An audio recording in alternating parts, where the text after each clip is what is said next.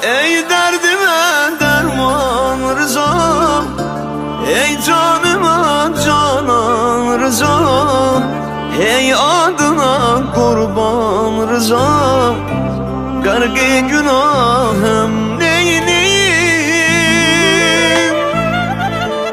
Sen kalbimin sultanısan, sen ruhumun sehmanısan, sen tareler ünvanısan, gargı günahım neyleyim? Cismimde canımsan Allah, çok mehribanımsan Allah, ahir gümanımsan ağa, gargı günahım neyleyim?